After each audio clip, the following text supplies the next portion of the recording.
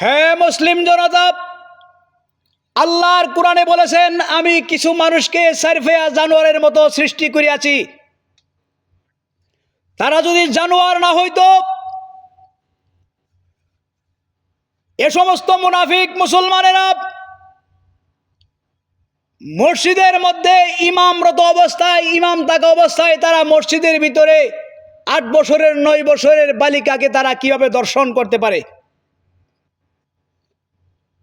হ্যাঁ মুসলিম জনতা, আপনার বিবেক আমার বিবেককে প্রশ্ন করার দরকার।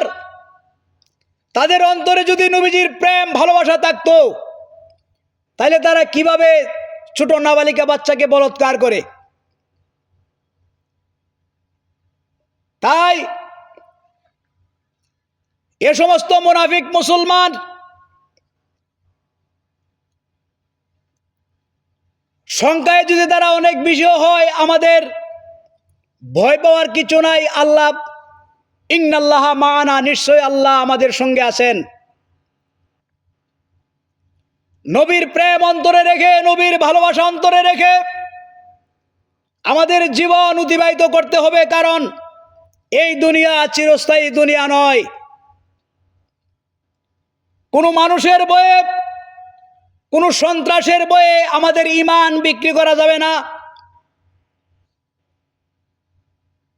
এ যদি মুসলমানেরা খ্রিস্টানদের দালাল, খ্রিস্টানদের মোটা অঙ্কের টাকার বিনিময়ে তারা ইমাম হুসাইন রাদিয়াল্লাহু তাআলা আনহুকে শহীদ করে দিয়েছিলেন।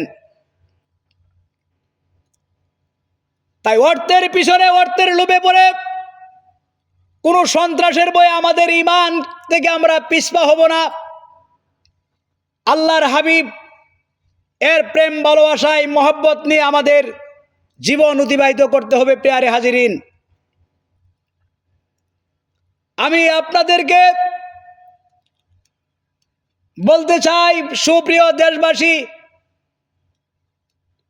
নবীর প্রেম অন্তরে ধারণ করে আমাদের অল্প আমলও যদি থাকে, সেই অল্প আমলের বিনিময়ে কাল কিয়ামতের ময়দানে মুসিবতের জমানায় আমরা নাজাত পাইতে পারি। আল্লাহ ওয়াদা করেছেন।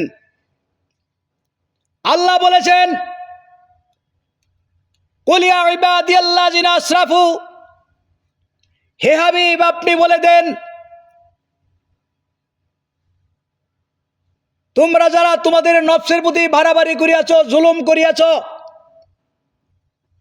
তোমাদের অন্তরে নবীর প্রেম ভালোবাসা থাকার বিনিময়ে আমি আল্লাহ তোমাদের জীবনের সমস্ত গুনাহ খাতা মাফ করে দিব। প্রিয় হাজিরিন, তাই আল্লাহর ওয়াস্তে আমরা নবীর প্রেম ভালোবাসা রেখে আমল অল্প হইলেও শত আমলে, হাজারো আমলে ঘাটতি থাকার কারণে কাল কিয়ামতের ময়দানে নবীজির সুপারিশের মাধ্যমে আমরা জান্নাতে পৌঁছে যাব ইনশাআল্লাহ।